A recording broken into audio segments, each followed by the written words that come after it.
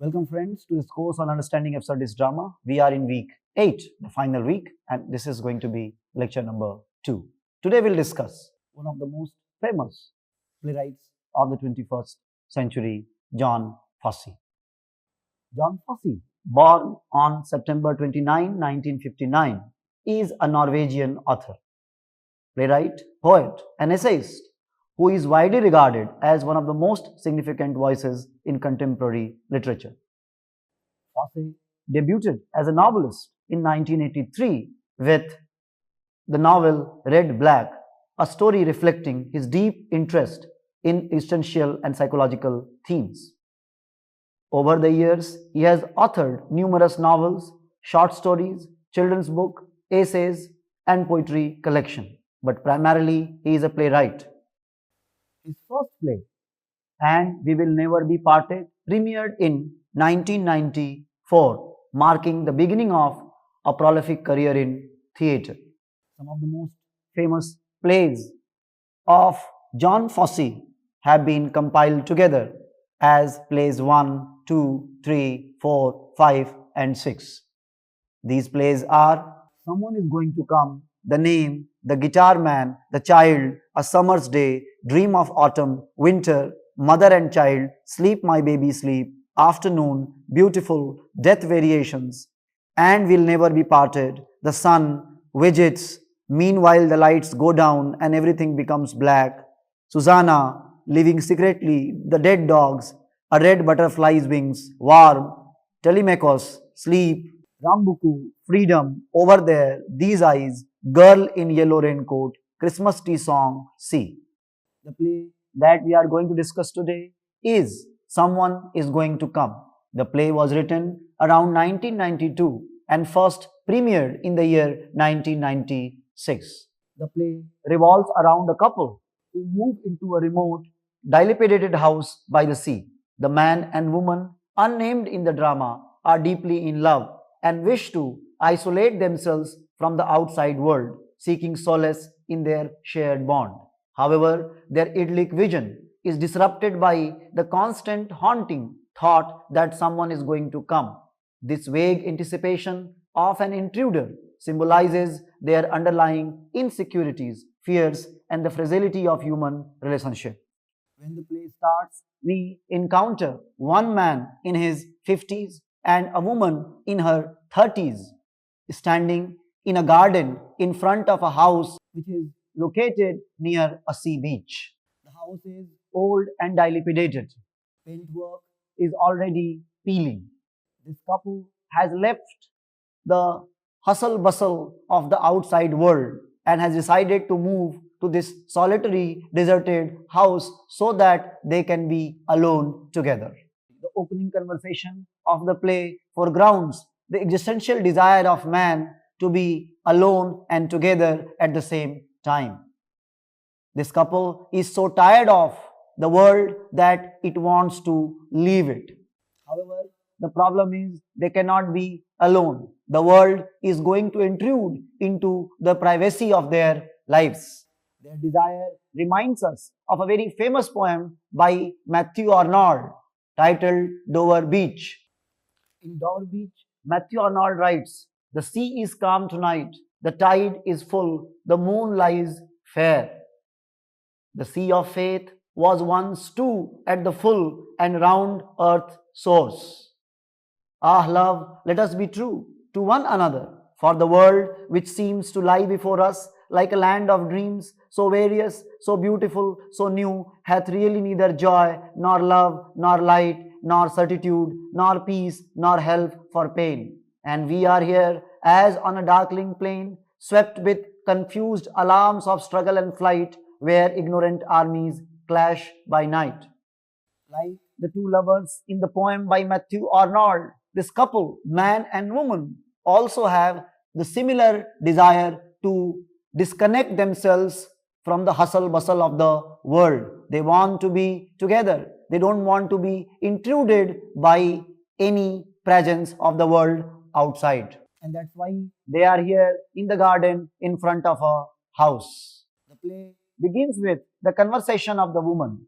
She is called she and the man is called he. They remain unnamed throughout the play.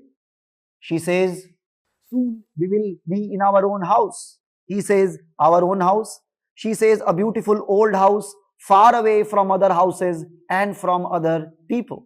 This clearly indicates that both the man and the woman desire to be away from other people, from the world. He says, you and I alone. Not just alone, but alone together. Our own house. In this house we shall be together, you and I alone together. He says, and no one is going to come. He says, but it is slightly different. I had not really thought it would be like this. Suddenly she gets afraid, for someone is going to come. It is so isolated here that someone is going to come. Interestingly, the man and the woman have come to this far off deserted place, so the world cannot interfere into their lives. Man says, no one is going to come. However, the fear of the unknown intruding into their world remains lurking underneath. The woman suddenly realizes that there is a possibility that someone may come and someone may disturb the peace and harmony of life that they are leading. Someone can come and isolate the two together. Someone can come in between. The entire play is about that someone, who that someone is and what is that meaning of someone. However, at the moment, there is no one around. There are no houses. There are no people. He says, the long road here, not a soul to be seen. We have traveled far, how dark it is, how quiet it is going to be, and think how the wind blows, how the waves crash. Think how it will be in the autumn, in the darkness, with the rain and the darkness. A sea that is white and black, and only you and I in this house, so far from the people. She says, everyone else? Are we moving away from everyone else? He says, yes, from everyone else. She says, but can we do that? Won't the others be there anyway? Can you move away from everyone else? Isn't it dangerous? He says, but we wanted to be by ourselves. Isn't it the others, all the others that draw us apart, all the others? So as it is evident from the passage that the man is confident that no one is going to disturb their privacy. No one is going to enter into their world. No one is going to disrupt the harmony and peace of their life. Since they have left the world, they can be happily alone and together. They can enjoy the sea, they can enjoy the sun, they can enjoy the autumn, spring, winter. They can be themselves as they are, far from all the people and all the world. However, the question is, why do they want to leave the world? Why don't they want the presence of other people in their lives?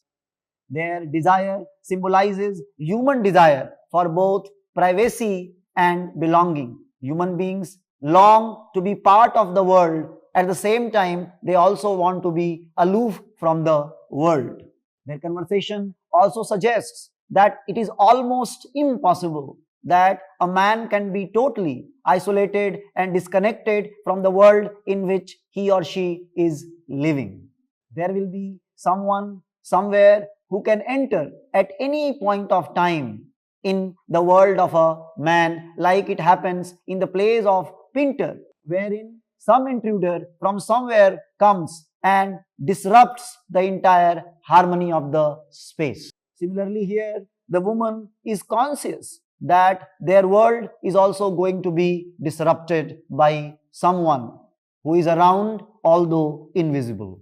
For a while, the couple rhapsodizes this happy moment of being alone and together. They say, we only want to be together with each other alone. Somewhere we wanted just to be alone. Somewhere where we can live, where you and I can be alone together, alone in each other. That's where we wanted to be. We just wanted to be alone with each other, alone in each other.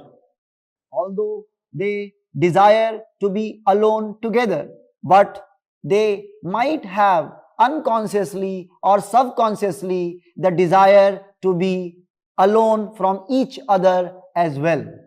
Don't you think so? Fosse is highlighting the essential fact of human existence. however close someone is. Despite that, we want some moments of solitude from the person we love. Are they seeking disconnection only from the world outside, only from the other people, or are they also seeking aloofness or the moments of solitude from each other? That also becomes a very important question.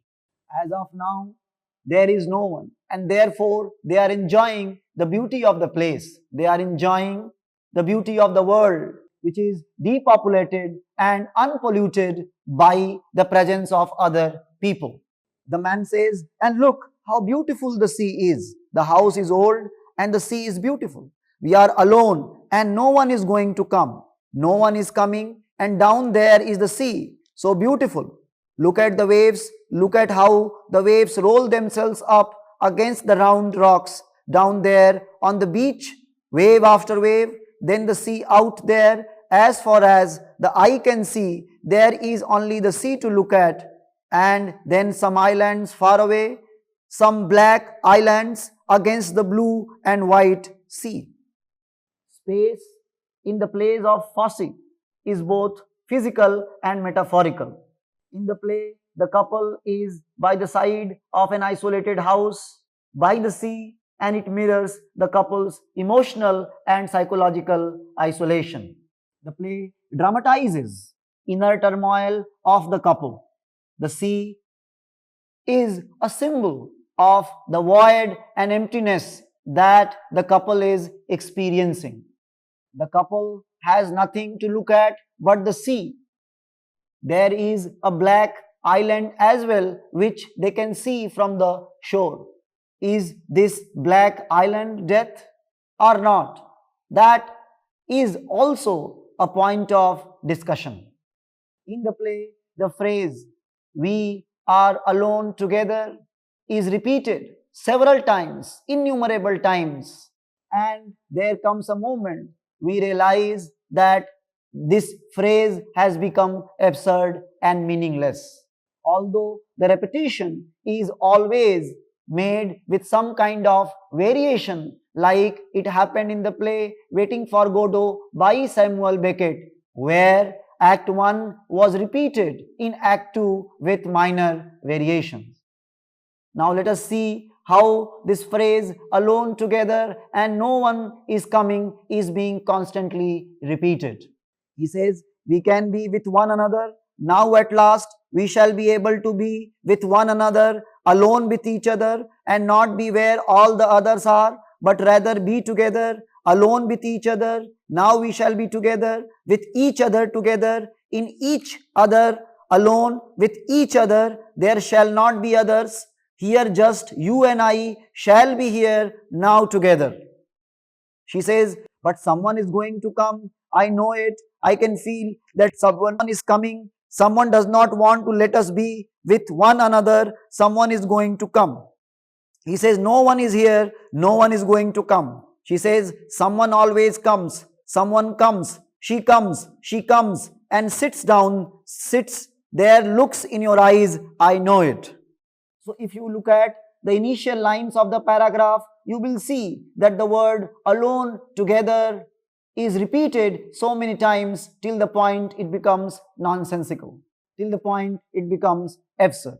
The man is constantly harping that no one is going to come. They can have their own moments of privacy and happiness. Yet the threat is being experienced by the woman.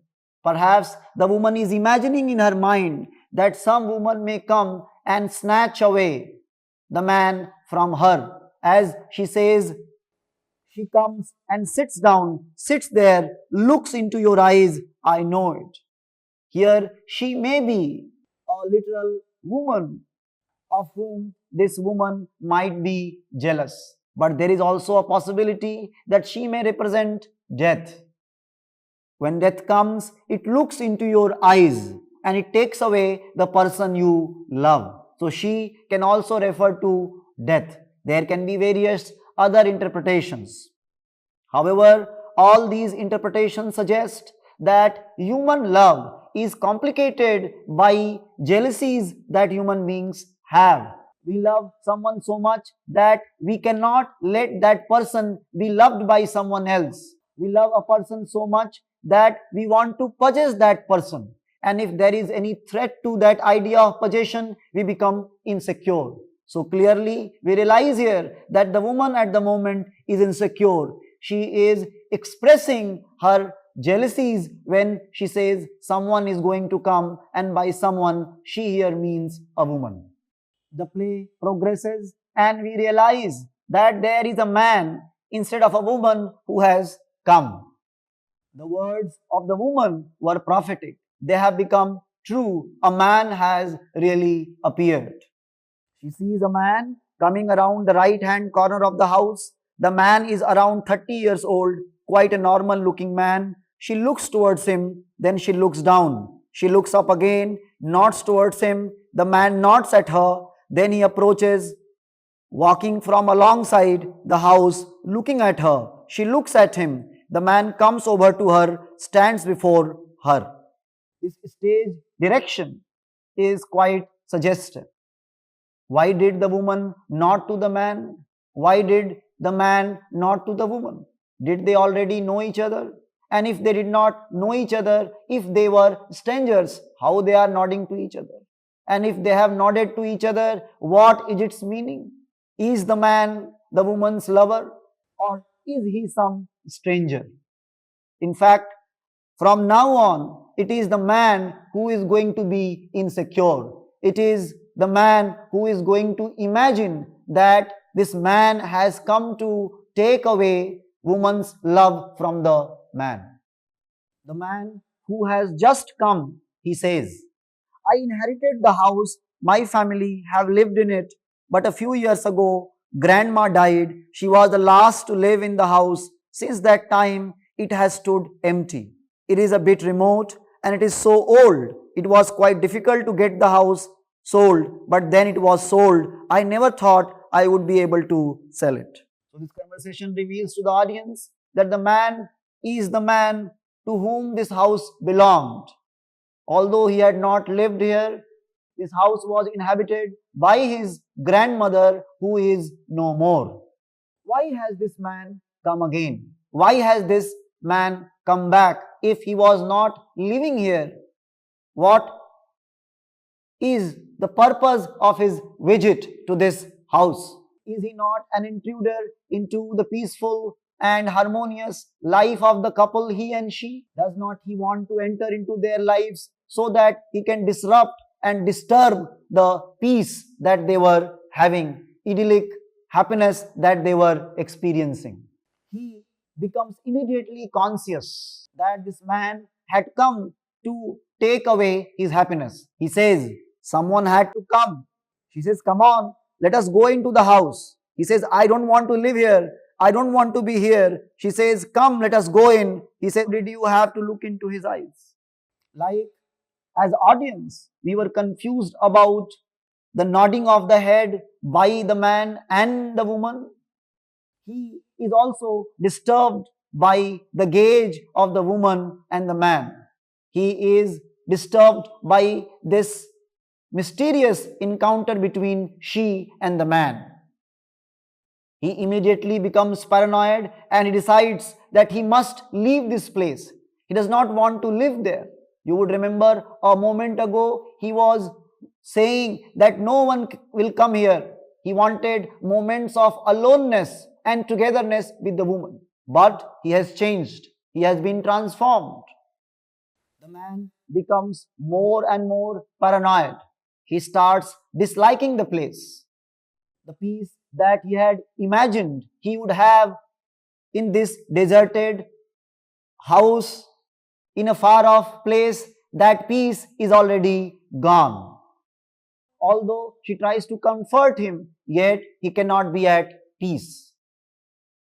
She says, I don't think I have seen such an old fridge before. It seems to work though, and then these curtains, and then this old smell, and this is where we shall live. We have bought the house, bought all this, and now we shall be together, be alone, together in each other, and no one shall come here. He says, and here is the room where the old woman slept, It smells, old smells of old piss, filthy and closed in, and the paint it has peeled. The bed is unmade. Further, he says, she very probably died there, in that bed, in those bedclothes.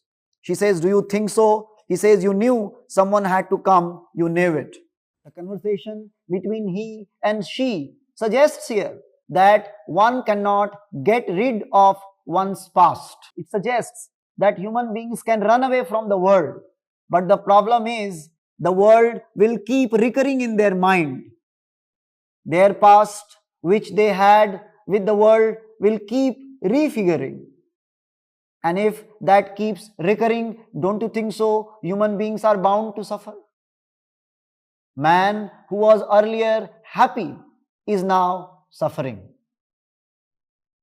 He starts imagining not only his own past, but also the past of the old woman who died here lonely without her husband. This man who sold this house, her grandson, did not come when he was required, when he was needed.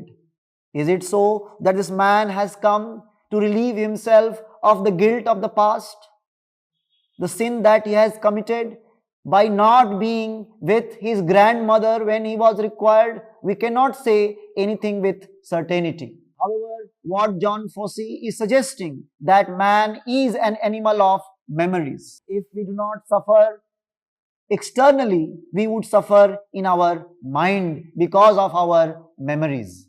Because suffering is inevitable, whether we want it or we don't want it, whether we run away from the world or we don't run away from the world, we would suffer.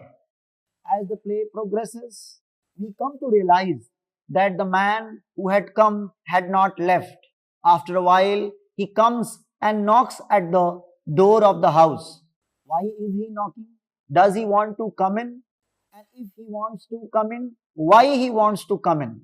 There is no final answer which has been suggested by John Fossey. In fact, knocking at the door becomes so annoying and irritating that it leads to the paranoia as far as he is concerned. He cannot think that this man is ever going to leave. He knows he is going to knock again and again and again. Let us discuss this conversation to find out how this paranoia of he has grown. She says, we won't open it. We will let him just stand there. He can just stand there and knock. We don't have to open it. It is our house. We only open the door to whom we want. We don't have to open it, do we? He says, but he is standing there outside the door, standing there, waiting soon. He is going to knock again. But now who this man is? At the literal level, this man is the grandson of the lady who died here alone. Literally, he is the owner of the house who has now sold that. However, at the metaphoric level, the man may be an agent of death. Death knocking at our door every moment we are living. Even if we don't want to open the door, will the death not enter? Will the death not cause an end to our love? Don't you think so? Death is an enemy of love, eternity of love or immortality of love. The man is constantly disturbed by knocking. He can hear the sounds and he says, do you hear something? I can hear someone outside. He is outside. He is there outside the window. She says, I don't hear anything. I only hear your heart beating. I can hear just now that you are afraid. He says, I can hear footsteps. So clearly I can hear that someone is outside. He did not go, it seems. No, he is outside walking round and round the house. He says, I could not now. I cannot cope with seeing people. I cannot cope now with anyone coming. But we have to open it. You will have to open the door. She asks, shall I open it? The conversation that we just read consolidates the possibility that the man may be the messenger of death. The footsteps that he hallucinates to hear, which are not heard by she, are indicative of the footsteps of death. Unlike the man, the woman is now stable, calm. She says she cannot hear anything else except the beating of the heart of the man. She wants to bring the man to the present. She does not want him to live in future, fearing and anticipating the arrival of death. However, man is inconsolable. He has become childlike. She puts her arms around him, presses herself against his back. She comforts him. She says, just you and I, and then the sea, you and I and the sea. And you must not be sad because I will take care of you. You must not be afraid. You will see that everything will be fine. Nothing bad shall happen. You and I shall be together. Now we are going to be together all the time. You and I shall be together. No one else, of course, will be there. Only you and I, and the house is old and beautiful, and we have come away from everyone else. She says, and now we shall be together. We shall be alone together. Won't we, you and I, alone together? We shall take rest in one another. Now we are going to be together. Only you and I alone together. Now you would observe that the word alone together has been repeated so many times that we start thinking, what does it refer to? It refers to the fact that although the couple are physically together, yet emotionally they are distant. There is somebody in between them, invisible, absent, yet present. That somebody may refer to death, that somebody may refer to jealousies and insecurities that they have with each other. Despite their efforts, best efforts, to be together, to be one, they cannot become one. And because they cannot become one, they cannot be happy as well. The phrase alone together expresses a broader existential idea of human beings being inherently isolated in their individual consciousness, even when surrounded by others. It underscores the complexity of human emotions, highlighting both the challenges of genuine interaction and the unique comfort that can arise from shared solitude. Its layered meaning makes it a poignant expression of contemporary social and emotional dynamics. As the play progresses, the man reappears. His reappearance is also significant.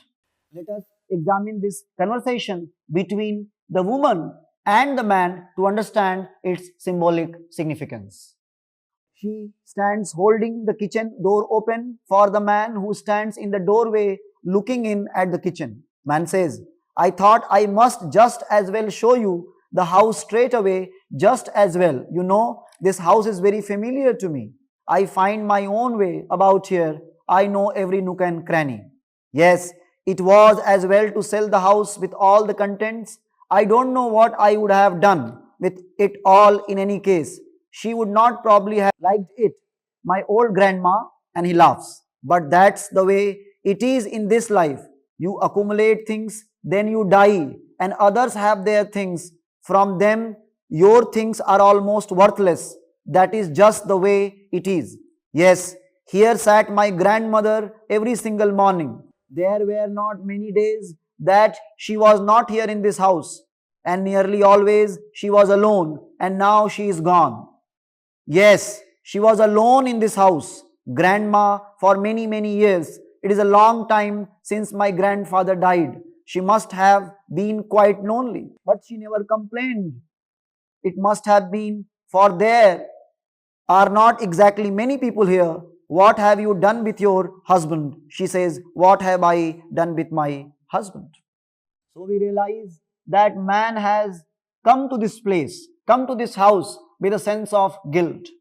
Although he does not confess that guilt, he tries to show the woman the place where his grandmother used to sit in the morning all alone. Why was grandmother living alone? Why was there no one around her? John Fosse is simply suggesting that all human beings are born alone and they die alone.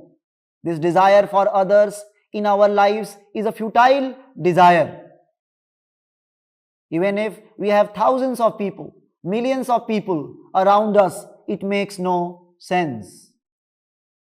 As the man rightly says, you accumulate things, then you die. Others have their things for them. Your things are almost worthless. Man rightly suggests that human desire for accumulation is useless, worthless. Like what your ancestors accumulated for themselves, they might have become worthless for you. In the play, what the grandmother has accumulated has become worthless for the man. Because that's how the life runs. Imagine for a while, you have accumulated so many degrees. You have your high school mark sheet, 12th mark sheet, graduation mark sheet, or so many other things that you have accumulated. What will happen to your mark sheet maybe 100 years later or 200 years later? Will that be of any consequence? Will that be of any value? Who will use your mark sheet? No one. Your mark sheet will be nothing but a rubbish, a heap of paper that has to be thrown in some dustbin.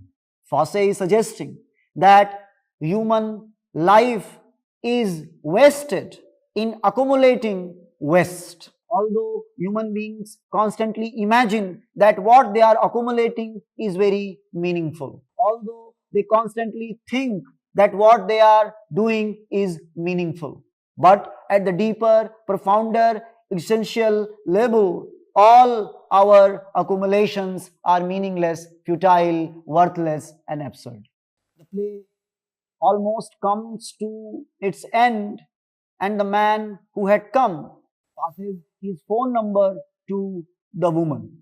She says, you may call me whenever you require or whenever you desire. Why did he give his phone number to the woman? Whether they are already known to each other? Are they having any affair? He, the character, becomes suspicious. He becomes paranoid. He asks, no, she won't phone. She will be back soon and then we shall be alone. We shall always be alone together.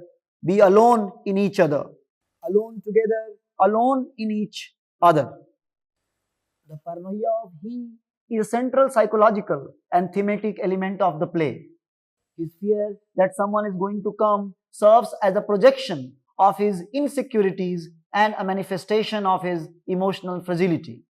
The man's paranoia stems from an overwhelming fear of losing the woman's affection. His insecurity about their relationship creates an imagined external threat. The man views the woman as something to be protected and controlled. His possessiveness intensifies his fear that an outsider will come and take her away from him. The paranoia of he is symbolic representation of his inner insecurities. And this insecurity creates a rift between him and the woman.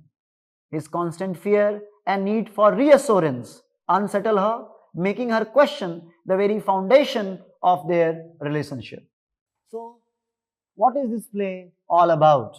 Susan Galbraith, in her review of the play, writes, a man and a woman enter the space. They rhapsodize about being alone together in the house, a house they have just bought overlooking the sea. They riff on the one phrase, repeating it, finding new meanings in it until it sounds absurd. Nervous laughter from the audience. He and she continue exploring their relationship, reworking the phrase, and the meanings shift. They hammer at it to fill the silence, and the loneliness of the idea settles into their bones. Rhapsody shifts to horror. They are trapped together alone. She also says that the menace in the arrival of stranger is a Pinteresque device. If there ever was one, he is someone who comes hooded. The stranger inserts himself into their lives, whether to challenge their dream of living in an isolated Eden or obliterate the couple's happiness is not for certain. Galbraith's observations are pertinent. They suggest that even if a man runs away from the world there is no possibility that he or she can be emancipated. There is a possibility that he or she can be trapped together. Desire for idyllic lives or a life of uninterrupted happiness is perhaps just an illusion of man. The play was surely influenced by writers like Samuel Beckett, Pinter, and many other absurdist playwrights. And rightly, John Fosse has been declared the Beckett of the 20th century. We'll discuss his next play in our next class. Thank you.